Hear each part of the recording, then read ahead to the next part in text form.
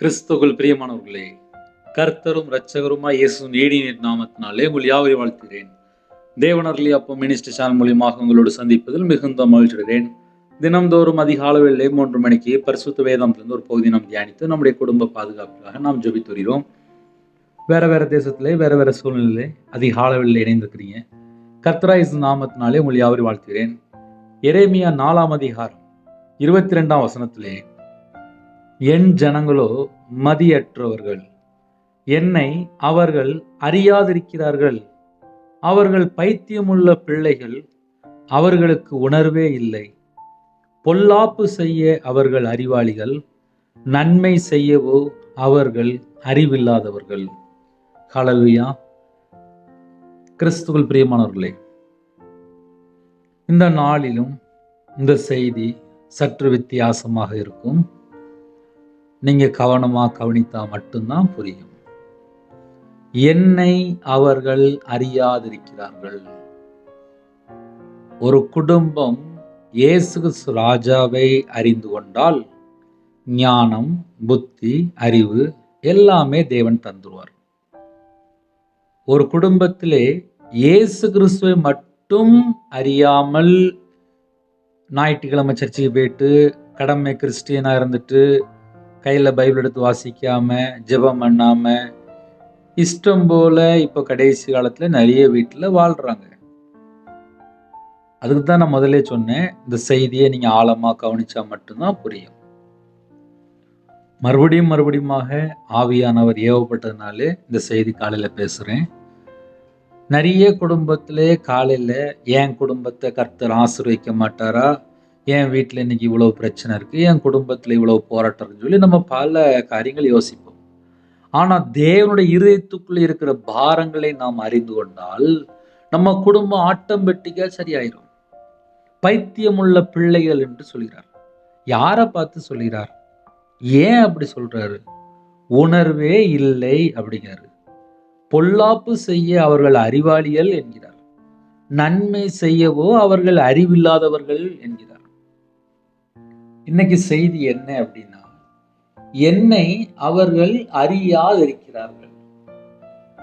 இப்ப நம்ம சிம்பிளா ஒரு கேள்வி கேட்கலாமே, எல்லாரும் கவனிக்கிறீங்களா? ஒரு குடும்பத்துல 4 பேர் இருக்கிறாங்க. 4 பேருமே இயேசு கிறிஸ்துவை சொந்த இரட்சகரா ஏற்றுக்கொண்டு அவருக்காக மனம் திரும்பி தீமையை விட்டு விலகி தேவனுக்கு பிரியமானபடி வாழ்றாங்களா அப்படின்னு சொல்லி ஒரு கேள்வி கேட்டால் நிறைய குடும்பத்துல சந்தேகமா இருக்கும். சில குடும்பத்துல வயசான பாட்டிமார் மட்டும் காலையில தேவனருளி அப்பம் மினிஸ்ட்ரி மூலியமாக இணைந்து ஜெபிப்பீங்க, கேட்பீங்க. சில குடும்பத்துல தகப்பன்மார் கேட்பாங்க.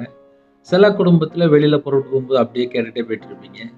சில குடும்பத்துல காலையில வேலைக்கு போகும்போது வியாபாரத்துக்கு போகும்போது அப்படியே கேட்டுட்டு போயிட்டு இருப்பாங்க. பல சூழ்நிலையிலே ஆன்லைன் மூலியமாக இணைந்திருக்கிறீங்க. சில குடும்பத்திலே காலையில வாட்ச்மேன், செக்யூரிட்டி, போலீஸ் ஆஃபீஸர், பல குடும்பத்திலே காலையில இணைந்திருக்கிறீங்க. சில குடும்பத்திலே படிக்கிற பிள்ளைகள் ஹோம்ல இருக்காங்க, ஹாஸ்டல்ல இருக்காங்க, வெளிநாட்டுல இருக்காங்க, இன்னுமா வெளிநாட்டுல வேலை பார்க்காங்க. எத்தனையோ குடும்பத்துல ஆன்லைன் மூலியமா இணைந்திருக்கிறீங்க. இணைந்திருக்கிற உங்களை கர்த்தர் ஆசீர்வதிப்பார். என் ஜனங்களோ மதியற்றவர்கள் என்கிறார். என்ன பிரதர், காலையில இப்படி செய்தி கேட்டா நாங்க என்ன செய்ய முடியும் அப்படின்னு கூட நீங்க யோசிக்கலாம். இந்த வசனத்தை திட்டமாக பேச சொன்னார். என்னை அவர்கள் அறியாதிருக்கிறார்கள். கடைசி காலத்துல நம்ம வாழ்ந்துட்டு இருக்கிறோம். நமக்காக ஜீவனை தந்த ஜீவாதிபதியானவரை மறந்துட்டு ஃப்ரெண்டை நம்பி ஓடுறாங்க.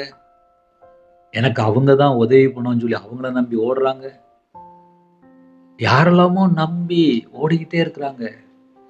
சில குடும்பத்திலே கர்த்தரை விட்டு தள்ளி போனதே அவங்களுக்கு தெரியாது. காலையில வழக்கத்தின்படியே ஜெபம் பண்ணிடுவாங்க, வழக்கத்தின்படியே வாழ்ந்துருவாங்க, வழக்கத்தின்படியே எந்திரிச்சு வெளியே போயிடுவாங்க. ஆனால் கர்த்தரை விட்டு தள்ளி போனது அவங்களுக்கு தெரியாது.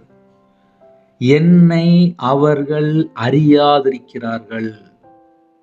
ஒரு குடும்பத்துல 4 பேர் இருக்கிறாங்கன்னா வீட்டுள்ள அம்மாமாருக்கு அழகா தெரியும், என் பிள்ளைக்கு காரம் பிடிக்காது, என் புருஷனுக்கு காரம் பிடிக்காது அப்படின்னு சொல்லிட்டு சமையல் பண்ணும்போது காரத்தை உள்ள போட மாட்டாங்க. ஏன்னா பிள்ளைகளுக்கு பிடிக்காது. அப்போ ஒரு தாய் சமையல் பண்ணும்போது பிள்ளைகளுக்கு என்ன பிடிக்கும் அதைத்தான் கரெக்டா சமையல் பண்ணுவாங்க. கணவருக்கு என்ன பிடிக்கும் அதான் வச்சு கொடுப்பாங்க. ஒரு சமையல் பண்ணும்போது கூட வீட்டுல என்ன செய்யணும் ஏது செய்யணும்னு சொல்லி பல காரியங்களை உட்காந்து யோசிப்பாங்க. தகப்பன்மார் வீட்டுக்கு என்ன ஜாமான் வாங்கிட்டு வந்தா யூஸ்ஃபுல்லா இருக்கும் அதை மட்டும்தான் வாங்கிட்டு வருவாங்க. பிள்ளைக்கு என்ன சாக்லேட் பிடிக்கும், பையனுக்கு என்ன பிடிக்கும், அதை மட்டும்தான் கரெக்டா வாங்கிட்டு வருவாங்க. ஒரு தகப்பன் அப்படின்னா வீட்டுக்கு வரும்போது வீட்டுக்கு என்ன தேவை இருக்கோ அதை கரெக்டா வாங்கிட்டு வருவாங்க. அப்ப என்ன அர்த்தம், குடும்பத்தை எப்படி கவனிக்கணும்னு சொல்லி தகப்பனுக்கு தெரியும். பிள்ளைகளை எப்படி கவனிக்கணும், கணவரை எப்படி கவனிக்கணும் தாய்மாருக்கு தெரியும். ஒரு குடும்பத்துல 4 பேர் இருக்கிறாங்கன்னா அந்த 4 பேருக்குள்ள ஒரு ஞானம் இருக்கு. படிக்கிற பிள்ளைகளுக்கு விசேஷமான ஒரு ஞானம் இருக்கு. அந்த பாடத்தை ஃபுல்லா ஞாபகப்படுத்தி மறுபடியும் படிச்சுட்டே இருப்பாங்க. அது ஒரு ஞானம் தான். வேலை பார்க்குறாங்களா அந்த வியாபாரத்துல லாபத்தை வீட்டுக்கு கொண்டு வரணும், அது ஒரு ஞானம். ஆபீஸ் வேலை பார்ப்பாங்க, அவங்க சொன்னதெல்லாம் கீழ்ப்படிஞ்சு உண்மையா வேலை பார்க்கணும், ஞானத்தோடு நடந்துக்கணும், அங்க ஒரு ஞானம் இருக்கு. பல காரியத்துல ஞானம் இருக்கு. என் ஜனங்களோ என்னை அவர்கள் அறியாதிருக்கிறார்கள். இப்படி சொல்லிட்டு ஒரு 5 பாயிண்ட் சொல்றாரு. மதியற்றவர்கள், 2வது பைத்தியம் உள்ள பிள்ளைகள், 3வது உணர்வே இல்லை, 4வது பொல்லாப்பு செய்ய அவர்கள் அறிவாளிகள், 5வது நன்மை செய்யவோ அவர்கள் அறிவில்லாதவர்கள். இப்ப இந்த 5 பாயிண்ட் இதை நீங்க கரெக்டா ஒரு சின்ன பேப்பர்ல நீங்க எழுதிட்டீங்கன்னா இது யாருன்னு சொல்லி நம்ம கண்டுபிடிக்கலாம். ஒரு மனுஷன் கர்த்தரை அறிந்து கொண்டால் அவங்க தேவனோடு பேசிட்டு இருப்பாங்க, இடைவிடாமல் ஜெபிப்பாங்க, எப்போது ஸ்தோத்திரம் சொல்லுவாங்க, பரிசுத்தமா வாழ்வாங்க, நன்மை செய்வாங்க, நற்கிரியை செய்வாங்க, கற்பனை கைக்கொள்வாங்க, கட்டளைக்கு கீழ்ப்படிவாங்க, அவருடைய நியமங்கள் எல்லாவற்றையும் ஃபாலோ பண்ணுவாங்க. அவர் நமக்கு என்னெல்லாம் கற்றுக் கொடுத்தாரோ அதே போல வாழ ஆரம்பிச்சிருவாங்க. 24 மணி நேரம் வாழ்க்கையிலே எப்பமெல்லாம் நேரம் இருக்கும்போது கையில பைபிள் எடுத்து ஒன்று வாசிப்பாங்க, இல்லை தியானிப்பாங்க. தியானிக்கும் போது அக்னி பற்றி பிடிக்கும், அனுதினமும் தியானிக்கும் போது நற்குணசாலி, எத்தனையோ காரியங்கள் இருக்கு. அப்ப கர்த்தருடைய பிள்ளைகள் துதிக்கிற பிள்ளைகளா இருக்கலாம், ஜெபிக்கிற பிள்ளைகளா இருக்கலாம், தியானிக்கிற பிள்ளைகளா இருக்கலாம், நேரம் கிடைக்கும் போதெல்லாம் சுவிசேஷம் அறிவிப்பாங்க, எத்தனையோ காரியங்கள் இருக்கு. என்னை அவர்கள் அறியாதிருக்கிறார்கள். அப்ப என்ன பிரதர் சொல்ல வரீங்க காலையிலே அப்படின்னா, ஒரு வீட்டுல 4 பேர் இருக்கிறாங்கன்னா 4 பேரும் இயேசு கிறிஸ்து ராஜா சொந்த ரட்சரா ஏற்றுக்கொண்டு 4 பேருமே வீட்டுல கையில பைபிள் எடுத்து வாசிக்கிறாங்களா, 4 பேருமே முழங்கால் போட்டு ஜெபம் பண்றாங்களா, 4 பேருமே தேவனை தேடுறாங்களா, அதைத்தான் நம்ம கண்டுபிடிக்கணும். ஏன் மதியற்றவர்கள் அப்படிங்கிறது அப்படின்னா என்ன அர்த்தம், வீட்டுல யாரோ ஒரு ஆள் தேடாம இருப்பாங்க, பிள்ளைகள் வாலிப பிள்ளைகளா இருக்கும், வாலிப பையனா இருப்பான், கையில பைபிள் எடுத்து வாசிக்காம அப்படியே போயிட்டு இருப்பாங்க, காலேஜ் போயிட்டு இருப்பாங்க, வேலைக்கு போயிட்டு இருப்பாங்க. ஒரு குடும்பத்துல ஒரு 26 வயசு அந்த வாலிப மகள்கிட்ட கேட்கும்போது, நான் டெய்லி செல்போன்ல ஒரு வாக்குத்தத்தம் வரும், அதை மட்டும்தான் நான் படிப்பேன், ஆனா நான் பிறந்ததுலேருந்து கிறிஸ்டியன் தான், நான் பிறந்ததுலேருந்து சர்ச்சை தான் போயிட்டு இருக்கேன், இப்போ எனக்கு திருமண வயசு வந்துட்டு, நான் டாக்டரு, எனக்கு தமிழ் ரொம்ப வராது அப்படின்னாங்க. பிறந்ததுலேருந்தே சர்ச்சைக்கு போற பிள்ளைகள் தான், ஆனா கையில பைபிள் எடுத்து வாசிக்கிற பிள்ளைகள் இல்லை. என் ஜனங்களும் மதியற்றவர்கள். மதியற்றவர்கள் என்ன அர்த்தம், மூளை இல்லாதவர்கள் அப்படின்னு அர்த்தம். அப்ப இப்படியே வசனம் எழுதப்பட்டு என் ஜனங்கள் அப்படின்னு சொல்றாரு. புறஜாதியை பத்தி சொல்லல, கர்த்தரை அறியாத பிள்ளைகளை பத்தி சொல்லல, கர்த்தரை அறிந்த பிள்ளைகளை தான் சொல்லிட்டு இருக்காரு.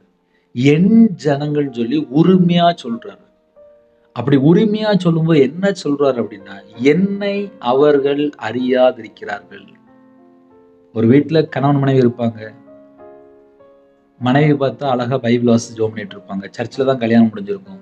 கணவர் பார்த்தா பைபிள் வாசிக்க மாட்டாரு, ஜெபமும் பண்ண மாட்டாரு, சிகரெட் அடிப்பாரு, ஒன்று தண்ணி அடிப்பாரு, இல்லை தவறான தொடர்பு இருக்கும். அந்த வீட்டில் என்ன அர்த்தம், கர்த்தரை அறியாம இருக்கிறாங்க. 2 பேர்ல ஒரு ஆளு கர்த்தரை அறியாம இருக்காங்க. அப்ப மதியற்றவர்கள். 2வது பைத்தியம் உள்ள பிள்ளைகள். ஏன் பைத்தியம் உள்ள பிள்ளைகள் அப்படிங்கிறாரு, ஒரு மனுஷன் கர்த்தரை அறிந்தா மட்டும்தான் ஞானம் இருக்கும், கர்த்தரை அறிந்தா மட்டும்தான் அறிவு இருக்கும், கர்த்தரை அறிந்தா மட்டும்தான் புத்தி இருக்கும். ஒரு குடும்பத்துல கர்த்தரை அறிந்து கொள்ளாமல் இருக்கும்போது வேதம் என்ன சொல்கிறது? பைத்தியம் உள்ள பிள்ளைகள் என்று வேதம் சொல்கிறது. ஒரு குடும்பத்திலே கர்த்தரை அறிந்து கொள்ளாமல் இருக்கும்போது மதியற்றவர்கள், மூளை இல்லாத. அப்ப காலையில் இந்த செய்தி கேட்கும்போது நம்ம எப்படி யோசித்து பார்க்கணும் அப்படின்னா, நான் ஒருவேளை பர்ஃபெக்டா இருக்கலாம், என் பிள்ளை எப்படி இருக்கு, என் கணவர் எப்படி இருக்காங்க, என் குடும்பத்துல எல்லாரும் கர்த்தரை தேடுறாங்களா? நம்ம இப்படி யோசித்து பார்க்கணும். என் ஜனங்களோ மதியற்றவர்கள், என்னை அவர்கள் அறியாதிருக்கிறார்கள், அவர்கள் பைத்தியம் உள்ள பிள்ளைகள் என்கிறார். அவர்களுக்கு உணர்வே இல்லை. ஐயா, உணர்வு இருந்தா தானே எல்லா விதமான ஆசீர்வாதங்களையும் பெற்றுக்கொள்ள முடியும். ஒரு மனுஷன் கர்த்தரை தேடாம இருக்கும்போது உணர்வே இல்லை அப்படின்னு சொல்லி ஏசுறாரு. பொல்லாப்பை செய்ய அவர்கள் அறிவாளிகள். பொல்லாத காரியத்தில் ஈடுபட, பொல்லாத காரியத்தை செய்ய அவர்கள் அறிவாளியா இருக்காங்களா?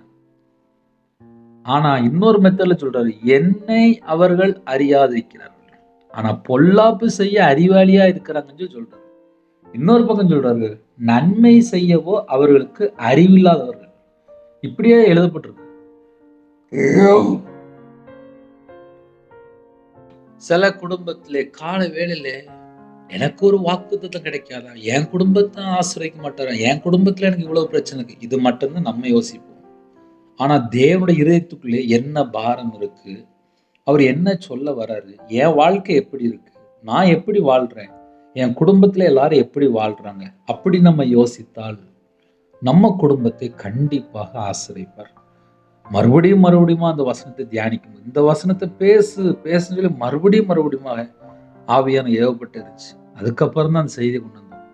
என் ஜனங்களோ மதியற்றவர்கள், மூளை இல்லாதவர்கள் சொல்லி முதல்ல முடிச்சிட்டது. 2வது பைத்தியம் உள்ள பிள்ளைகள், 3வது உணர்வே இல்லையாம், 4வது பொல்லாப்பு செய்ய அவர்கள் அறிவாளிகள் அப்படின்ட்டு, 5வது நன்மை செய்ய அவர்கள் அறிவில்லாதவர்கள்.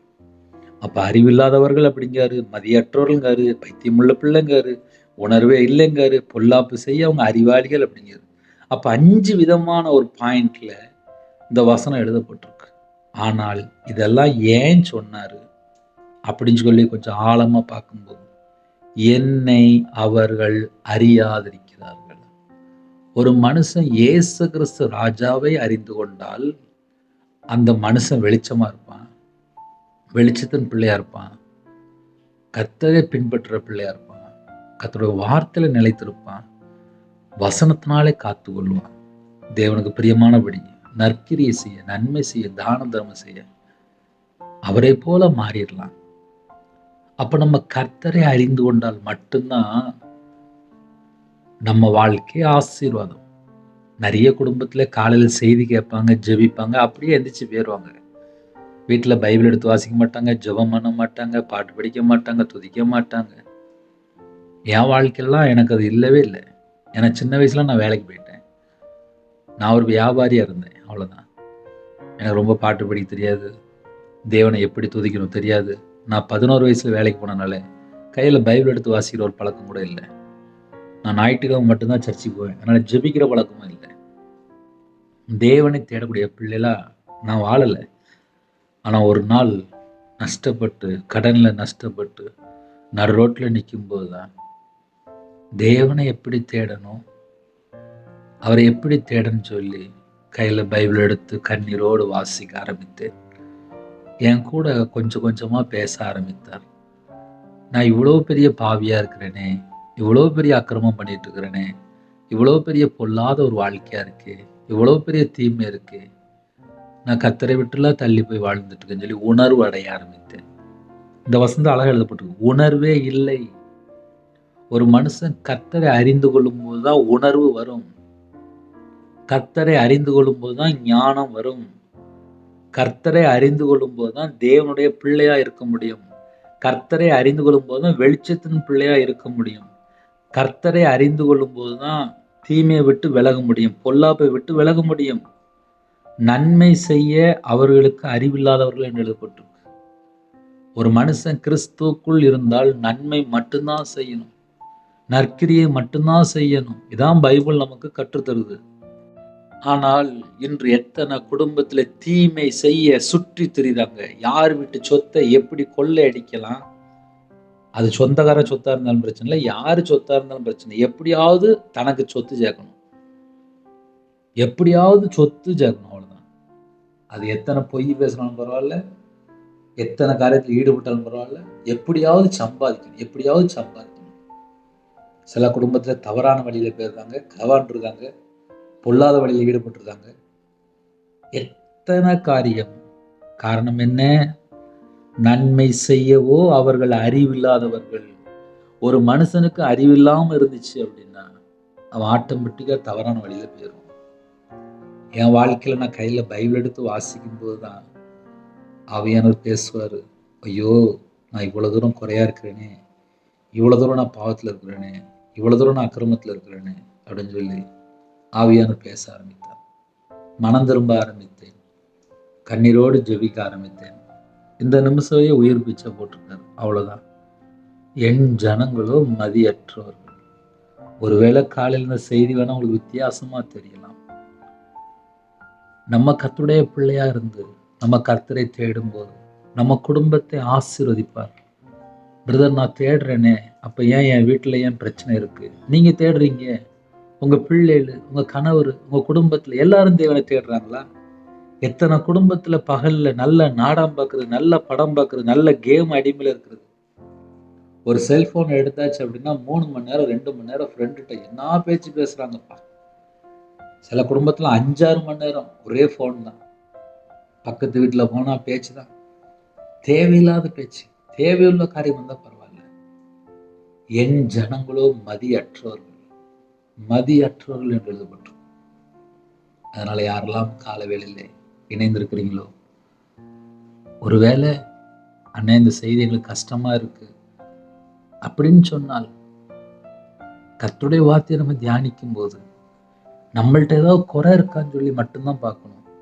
நான் அந்த வசனத்தை தியானிக்கும் போது ஆவியானவர் தெளிவா பேசினா, இதை பேசு அப்படிங்கிறது. காலையில கேட்பாங்கப்பா இந்த வசனம் பேசும்போது அவங்க கஷ்டப்படுவாங்களே, பேசு அப்படிங்கிறார். மறுபடியும் கேட்டேன், மறுபடியும் பேசு, மறுபடியும் கேட்டேன், மறுபடியும் பேசுட்டார். அதுக்கப்புறம் தான் அந்த செய்தி உங்கள்கிட்ட பேசுறேன். அதனால ஒருவேளை காலையில யாராவது இணைந்திருந்தால், நம்மள்ட்ட ஏதாவது குறை இருக்கா, கர்த்தரை விட்டு தள்ளி போற மதிகேடான காரியம் இருக்கா? ஏன்னா என் வாழ்க்கையில மதிகேடான காரியம் நிறைய இருந்துச்சு. நான் கர்த்தரை விட்டு தள்ளி போய் வாழ்ந்த ஒரு துன்மார்க்கன். மதிகேடான காரியம் என்னுடைய வாழ்க்கையில இருந்துச்சு. இப்ப உங்கள்ட்ட பேசும்போது கூட கண்ணீரோட தான் பேசுறேன். கர்த்தரை சொந்த ரட்சகரா ஏற்றுக்கொண்டு மனம் திரும்பி தேவனுக்கு பிரியமானபடி வாழ்ந்தாதான் ஆசீர்வாதம். ஒரு மனுஷனுடைய வாழ்க்கையில மதிகேடான காரியம் இருக்கும்போது எப்படி ஆசீர்வதிப்பார்? யோசித்து பாருங்களேன். என்னை அவர்கள் அறியாதிருக்கிறார்கள் சொல்லி வேதனையோடு பேசுறார். என்னை அவர்கள் அறியாதிருக்கிறார்கள். ஏன் கர்த்தரை அறியாம இருக்கிறோம்? கர்த்தரை குறித்து பயம் நமக்கு இல்லை. நமக்கு ஜீவனை தந்திருக்கிறாரே, நித்திய ஜீவன் தருவேன் என்று வாக்குத்தத்தம் பண்ணாரே, அவரை அறிந்து கொள்ள நிறைய குடும்பத்துல விருப்பம் இல்லை. அதனாலதான் அப்படி பேசுறார். பைத்தியக்காரர்கள் என்கிறார், உணர்வே இல்லை என்கிறார். பொல்லாப்பு செய்ய அவர்கள் அறிவாளிகள் என்கிறார், நன்மை செய்யவோ அவர்கள் அறிவில்லாதவர்கள். இந்த மாதிரி பைபிள் வசனத்தெல்லாம் கொஞ்சம் தியானிச்சு பார்த்தாதான் நம்ம உண்மையிலே கர்த்தருக்கு பிரியமானபடிதான் வாழ்றோமா, இல்ல கர்த்தரை விட்டு தள்ளி போய் துன்மார்க்கமா வாழ்றோமா என்பதை அறிந்து கொள்ள முடியும். தயவு செய்து அந்த செய்தியை காலைல கேட்டுட்டு மறுபடியும் பழைய வாழ்க்கை நமக்கு வேண்டாம். ஏன்னா சில குடும்பத்துலாம் எவ்வளவுதான் செய்தி கேட்டாலும் மறுபடியும் மதிகேடான காரியத்துக்கு போயிடுவாங்க. மறுபடியும் இஷ்டம் போல பைத்தியக்கார மாதிரி அந்த மாதிரி பழைய வாழ்க்கைக்கு போயிடுவாங்க. மறுபடியும் உணர்வே இல்லாம மறுபடியும் பழைய வாழ்க்கைக்கு போயிடுவாங்க. மறுபடியும் பொல்லாப்பு செய்ய போயிடுவாங்க. மறுபடியும் தீமை செய்ய போயிடுவாங்க. அப்படி வேண்டாம். நம்ம குடும்பம் குட்டி பரலோகமா இருக்கணும். தேவன் நம்ம இதயத்துக்குள்ள வாசம் பண்ணணும். அப்படின்னா நம்ம இதயத்துக்குள்ளே கர்த்தரை விட்டு தள்ளி போற எந்த ஒரு காரியம் நமக்கு வேண்டாம். கண்களை மூடி நாம் ஜெபம் செய்வோம். அன்பின் கர்த்தாவே, உம்மை நன்றியோடு துதிக்கிறோம்ப்பா, ஸ்தோத்திரிக்கிறோம்ப்பா. எங்க கூட நீங்க பேசுனீங்க, நன்றிப்பா. எங்க வாழ்க்கையில கர்த்தரை விட்டு தள்ளி போற பாவத்தை மன்னிச்சிருங்கப்பா. எதெல்லாம் குறையா இருக்கோ, எதெல்லாம் குற்றமா இருக்கோ, எல்லாவற்றையும் எடுத்து போட்டுருங்கப்பா. கர்த்தரை அறிந்து கொள்கிற பிள்ளைகளா நாங்க மாறணும். எங்களுக்கு அந்த கிருபை தாங்கப்பா. எங்களுக்கு அந்த உணர்வு தாங்கப்பா. ஒரு உணர்வுள்ள இருதயம் தாங்கப்பா. கல்லான இருதயம் வேண்டாம்ப்பா. உணர்வுள்ள ஆவியை தாங்கப்பா. உங்களுடைய நல்ல ஆவியை தாங்கப்பா. தேவன் தமது குமாருடைய ஆவியை உங்கள் இருதயங்களில் அனுப்பினார் என்று வேதம்படி குமாருடைய ஆவினால் நிரப்புங்கப்பா. பரிசுத்தாவினால் நிரப்புங்கப்பா. அக்னி அபிஷேகத்தினால் நிரப்புங்கப்பா. எல்லா குடும்பத்தையும் கர்த்தர் சந்திக்கணும்ப்பா. வேதத்தை தியானிக்கிற பிள்ளைகளா மாறட்டும், துதிக்கிற பிள்ளைகளா மாறட்டும், ஜெபிக்கிற பிள்ளைகளா மாறட்டும். மகிமையின் ஆவியானவரே எங்க மேல தங்கிருங்கப்பா.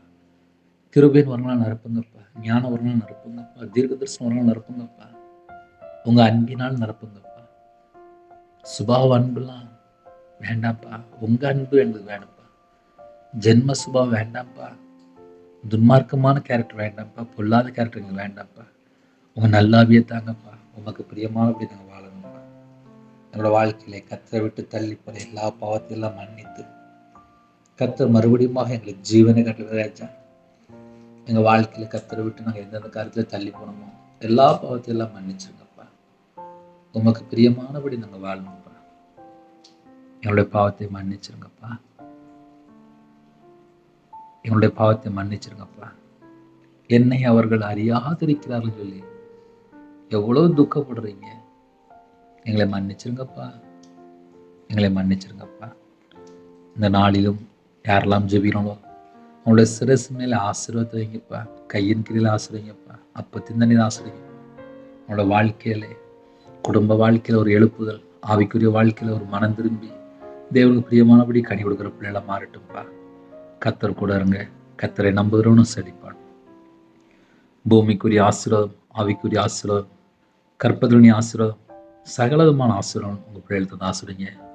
யாரெல்லாம் கற்பதனியை ஜெபிக்கணும், கர்த்தர் கறந்துட்டு கற்பதனை ஆசீர்வதிங்க. மாசமா இருக்காங்க, கர்த்தர் ஆசீர்வதித்த கிருபைக்காக நன்றி. குடும்பம் பழகி பெருக கர்த்தர் கிருபை செய்யுங்க. டெலிவரி போடுறாங்க, பரம வைத்தியர் கொடுங்க, நார்மல் டெலிவரி ஆக்கி சாட்சி சொல்ல கர்த்தர் கிருபை செய்யுங்க. திருமண தேவைக்காக ஜெபிக்கிறாங்க, கர்த்தர் வாசல் திறந்து விடுங்க. ரட்சிக்கப்பட்ட குடும்பமா தாங்க. திருமணம் முடிந்ததுக்கு அப்புறம் கணவன் மனைவிக்குள்ள ஐக்கியம் இல்லை, டைவர்ஸ் அளவுக்கு பிரச்சனை ஓடிட்டுருக்கு. வீட்டுக்குள்ள தவறான காரியங்கள் எல்லாவற்றையும் மாற்றுங்க.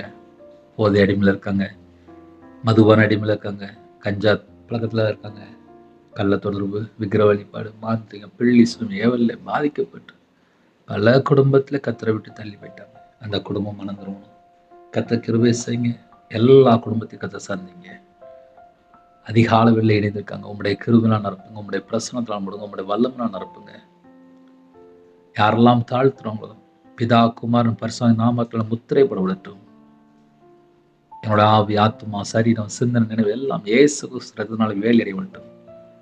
உம்மை போல மாறணும், பிதாவின் சுத்தம் செய்யணும், இடைவிடாமல் ஜெபிக்கணும். கிருபை தாங்கப்பா. பரிசுத்தமா இருக்கணும், கிருபை தாங்கப்பா. எப்பொழுது சந்தோஷமா இருக்கணும், கிருபை தாங்கப்பா. எல்லாவற்றைக்காக ஸ்தோத்திரம் செலுத்தணும், கிருபை தாங்கப்பா. எல்லாவற்றைக்காக அப்பா தீமையான காரியத்தை வெறுத்து நன்மை செய்யணும், கிருபை தாங்கப்பா.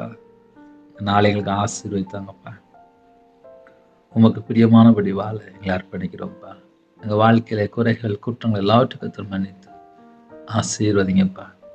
யாரெல்லாம் ஜெபிக்கணும் எல்லா குடும்பமும் இயேசு கிறிஸ்து நாமத்தினாலே ஆசீர்வதிக்கப்படட்டும். சிறுபிள்ளைகள் முதல் கொண்டு முதியோர் வரை எல்லா குடும்பத்தையும் கர்த்தர் ஆசீர்வதிங்க. பலகணிகளை திறந்து ஆசீர்வதிங்க. பண்டக சாலை திறந்து ஆசீர்வதிங்க.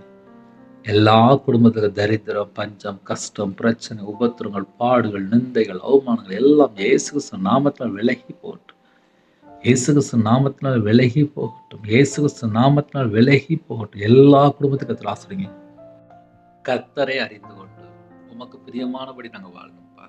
எங்களுக்கு அந்த கிருபை தாங்கப்பா. காலையில வேலைக்கு பொறுப்புறாங்க, கம்பெனி பொறுப்புறாங்க, விவசாயத்துக்கு பொறுப்புறாங்க, போட்டில் பொறுப்புறாங்க, கவர்மெண்ட் ஆஃபீஸ் ஜெபிக்கிறாங்க. படிக்கிற பிள்ளைகள் அப்பா படிச்சுட்டே வேலை பார்க்குறாங்க, வெளிநாட்டில் வேலை பார்க்குறாங்க, டாக்டர் ஜெபிக்கிறாங்க, நர்ஸ் ஜெபிக்கிறாங்க, கவர்மெண்ட் ஆஃபீஸில் எத்தனையோ பேர் ஜெபிக்கிறாங்க. எல்லா குடும்பத்தையும் கர்த்தர் சந்திக்கணும். டிரைவிங் லைனில் பொறுப்புறாங்க, எல்லாருக்கும் கர்த்தருடைய பாதுகாப்பு வேணும். 2 மடங்கு ஆசீர்வதிங்கப்பா. யாரெல்லாம் வெளியில் பஸ்ஸில் போகிறாங்களோ, காரில் போகிறாங்களோ, ட்ரெயினில் போகிறாங்களோ, எல்லா குடும்பத்துக்கும் அதோடைய பாதுகாப்பு தாங்க. உங்கள் பிள்ளைகளோட நீங்கள் புறப்பட்டு போங்க. உங்கள் பிள்ளைகளோட கரத்தை நீங்கள் பிடிங்க. பகலிலே மேக ஸ்தம்பமோ, இரவுல அக்னி ஸ்தம்பமோ, கர்த்தர் என் கூட வருகிற கிருபைக்காக நன்றி. கர்த்தருடைய சமூகத்தில் காத்திருந்து ஜெபிக்கூடிய பிள்ளைகளா இருக்கணும்பா. இந்த நாளை எங்களுக்கு ஆசீர்வதித்தாங்க. எல்லா நாசம், மோசங்கள், தீமைகளுக்கு எல்லாவற்றையும் விலக்கி கர்த்தருடைய கரம் எங்கள் கூட இருந்து பாதுகாத்து கொள்ளுங்கப்பா. சரீரத்தில் பலவீனத்தோடு ஹாஸ்பிட்டல் அவசர சிகிச்சையில் எத்தனையோ குடும்பத்தில் மரண தருவாயிலே, வீட்டில் படுத்த படுக்கையில் வைரஸில் பாதிக்கப்பட்டு ஹார்ட் ப்ராப்ளம், சுகரில் பாதிக்கப்பட்டிருக்காங்க, கேன்சரில் பாதிக்கப்பட்டிருக்காங்க, எய்ட்ஸ் வியாதியில் பாதிக்கப்பட்டிருக்காங்க, ஹோமோஸ்டேஜில் இருக்காங்க, மன அழுத்தத்தில் இருக்காங்க, இன்னுமாக ஐசியூவில் இருக்காங்க. எத்தனையோ குடும்பத்தில் அலர்ஜி, காய்ச்சல், சளி, இருமல், கிட்னி பிரச்சனை, சில குடும்பத்தில் அப்பா காலில் ஆப்ரேஷன், யாரெல்லாம் இணைந்திருக்காங்களோ எல்லா குடும்பத்தையுமே கர்த்தர் சந்திங்கப்பா. எல்லா குடும்பத்தையும் சந்திங்க. கர்த்தர் இந்த நேரத்திலே ஒவ்வொரு குடும்பத்தையும் பரிபூர்ணமா சுகமாக்கி தரணும்ப்பா. என் நாமத்து நிமித்தம் எதை கேட்டாலும் சொன்னீங்க. எங்க 2 பேர் 3 பேர் ஒருமனப்பட்டு ஜெபிக்கிறார்களோ அந்த இடத்துல நான் வருவேன்னு சொன்னீங்கப்பா. நாங்க எல்லாரும் ஒருமனப்பட்டு ஜெபிக்கிறோம்ப்பா. எங்களுக்கு உங்களை விட்டா வேற யாரும் இல்லப்பா. உங்களுடைய வசனத்தை அனுப்பி குணமாக்குற தேவன், எங்களோட அக்கிரமங்களை பாவத்தை மன்னித்து குணமாக்குற தேவன், எங்களோட பலவீனம், எங்களுடைய நோய் எல்லாவற்றும் சிலுவையில சுமந்த தேவன், உங்க பாதத்தில் அர்ப்பணிக்கிறோம். உங்களுடைய தழும்புகளால சுகமானீர்கள் என்று வேதம் சொல்லுது. ஜெபிக்கிற குடும்பத்துக்கு பரிபூர்ணமான சுகம் தாங்க, தீர்க்காயுஸ் தாங்க, பரிகாரியை கர்த்தரை நாங்கள் அழைக்கிறோம். ஒவ்வொரு குடும்பமும் இயேசு நாமத்தில் விடுதலையாக்கப்படட்டும். கர்த்தருடைய கரம் பிள்ளைகளை தொட்டு சுகமாகட்டும். கர்த்தரே மகிமைப்படுங்க. வீடு கட்டுறதுல தடையா இருக்கு, வாழ்க்கையில நிறைய காரியத்துல தடையா இருக்கு. தடையெல்லாம் நீக்கி போட்டு உங்க பிள்ளைகளை கர்த்தர் ஆசீர்வதிங்க. எந்தெந்த காரியத்திலே பாவ அடிமையில கட்டப்பட்ட நிலைமையில இருக்காங்களோ, சில குடும்பத்திலே பல காரியத்துல கட்டப்பட்ட நிலைமை, அந்த எல்லா செத்த கிரியெல்லாம் இயேசு கிறிஸ்து நாமத்தை சுட்டு எரிக்கப்படட்டும். இயேசு கிறிஸ்து நாமத்தை சுட்டு எரிக்கப்படட்டும். இயேசு கிறிஸ்து நாமத்தை சுட்டு எரிக்கப்படட்டும். ஒவ்வொரு குடும்பத்தையுமே கர்த்தர் ஆசீர்வதிங்கப்பா. எல்லா குடும்பத்தையும் கர்த்தர் ஆசீர்வதிங்க. தேவனுக்கு பிரியமானபடி நாங்கள் வாழணும்ப்பா. தேவனுக்கு பிரியமானபடி நாங்கள் வாழணும்ப்பா. எங்கள்கிட்ட குறை இருக்குப்பா, எங்கள்கிட்ட குற்றம் இருக்குப்பா, எல்லாவற்றையும் நீக்கி எங்களை பரிசுத்தப்படுத்தி ஆசீர்வதிங்க. நமக்கு பிரியமானபடி வாழ எங்களை அர்ப்பணிக்கிறோம்ப்பா. ஜெபித்த எல்லா குடும்பத்தையும் ஆசீர்வதிங்க. வீடு கட்டணும், சில குடும்பத்திலே நிறைய காரியத்துக்காக யோசிக்கிறாங்க. வேலைக்காக ஜெபிக்கிறாங்க, வெளிநாட்டு போறதுக்காக ஜெபிக்கிறாங்க, கவர்மெண்ட் வேலைக்காக ஜெபிக்கிறாங்க. கர்த்தர் வாசல் திறந்து விடுங்க. குடும்பத்தை கர்த்தர் ஆசீர்வதிங்க. நீங்க ஆசீர்வதித்தா மட்டும்தான்ப்பா அந்த குடும்பம் எல்லா விதமான ஆசீர்வாதங்களை பெற்றுக்கொள்ள முடியும். கர்த்தர் ஆசீர்வதிங்க. இந்த நாளிலும் வயசானவங்க ஜெபிக்கிறாங்க. வீட்டில் எத்தனையோ தடைகள், எத்தனையோ பிரச்சனைகள், யாரும் ரட்சிக்கப்படலை. எல்லா குடும்பமும் ரட்சிக்கப்படணும்ப்பா. இந்த நாளிலும் திட்டமா என் கூட நீங்க பேசுங்கப்பா. தேவன் அருளியப்பா மெடிசன்ல கர்த்தர் ஆசீர்வதிங்கப்பா. உமக்கு பிரியமானபடி நாங்க வாழணும். எங்க குடும்பத்தை கர்த்தர் ஆசீர்வதிங்க. இணைந்திருக்கிற குடும்பத்தை கர்த்தர் ஆசீர்வதிங்க. நிறைய குடும்பத்துல இரவு மூலமா ஜெபிக்கிறாங்க. உங்களோட மன விருப்பத்தை கர்த்தர் நிறைவேற்றி ஆசீர்வதிங்க. எல்லா காரியத்திலும் கர்த்தர் போடுங்க. யாரெல்லாம் தாழ்த்துறவங்களோ, உங்களோட வாழ்க்கையில என்னென்ன தடைகள் இருக்கோ எல்லா தடையெல்லாம் நீக்கி ஆசீர்வதிங்க. கர்த்தர் பொறுப்படுத்துங்க. சம்பூர்ணமாக ஆசீர்வதிங்க. உமக்கு துதிகான மகிமையெல்லாம் உண்டாகட்டும். எங்களை மண்ணாக அர்ப்பணிக்கிறோம். ஒருவனும் நீதிமான் அல்ல என்று வேதம் சொல்லுது. எல்லாரும் பாவம் செய்து தேவனுடைய மகிமை அற்றவர்களாகி, அப்பா எங்களை மீட்டெடுக்க தான்ப்பா நீங்க வந்தீங்க. உலக ரட்சகரா வந்தீங்கப்பா, ஜீவாதிபதியா வந்தீங்கப்பா, கிருபதரும் வழியா வந்தீங்கப்பா. எங்க மேல எவ்வளோ அன்பு, எங்க மேல எவ்வளோ பாசம், எங்களை எவ்வளவா நேசிக்கிறீங்க. சிலுவையில் சிந்தின ரத்தத்தினால சமாதானத்தை உண்டாக்குனீங்களே அப்பா, சகலவற்றையும் செய்து முடித்து இன்றும் எங்களுக்காக பிதாவிடத்தில் பரிந்து பேசுறீங்க. கர்த்தருடைய நாமம் மகிமைப்படட்டும். உங்க பாதத்தில் அர்ப்பணிக்கிறோம். இந்த நாளை எங்களுக்கு ஆசீர்வதித்தாங்க. துதிகான மகிமை எல்லாம் உமொருவருக்கே செலுத்திடுவோம். இயேசு கிறிஸ்துவின் பிதாவே, ஆமென். தேவனுக்கே மகிமை உண்டாவதாக. கர்த்தர் தாமே உங்களையும் உங்கள் குடும்பத்தையும் சகல காத்திலும் சம்பூர்ணமாக திருப்தியாக கர்த்தர் கூட இருந்து ஆசீர்வதிப்பாராக. ஆமென். கர்த்தராகிய இயேசு கிறிஸ்துவின் கிருபையும் பிதாவாகிய தேவனுடைய அன்பும் பரிசுத்தருடைய ஐக்கியமும் இப்பொழுது எப்பொழுது சதா காலங்களிலும் நம்மனோடு கொடுப்பதாக. ஆமென். கிறிஸ்துவுக்குள் பிரியமானவர்களே, இந்த செய்தி உங்களுக்கு பிரயோஜனமா இருந்துச்சுன்னா உங்களுக்கு தெரிந்த மற்ற நம்பர் ஷேர் பண்ணுங்கள். எங்களோட நீங்கள் தொடர்பு கொள்ள விரும்பினால் 9363064181 நம்பர் உண்டால் நாங்கள் உங்களுக்காக ஜெபிப்போம். தொடர்ந்து இணைந்திருங்கள். கர்த்தர் உங்களுடைய குடும்பத்தையும், உங்களுடைய ஊழியத்தையும், உங்களுடைய வம்சத்தையும் ஆசீர்வதிப்பாராக. ஆமென்.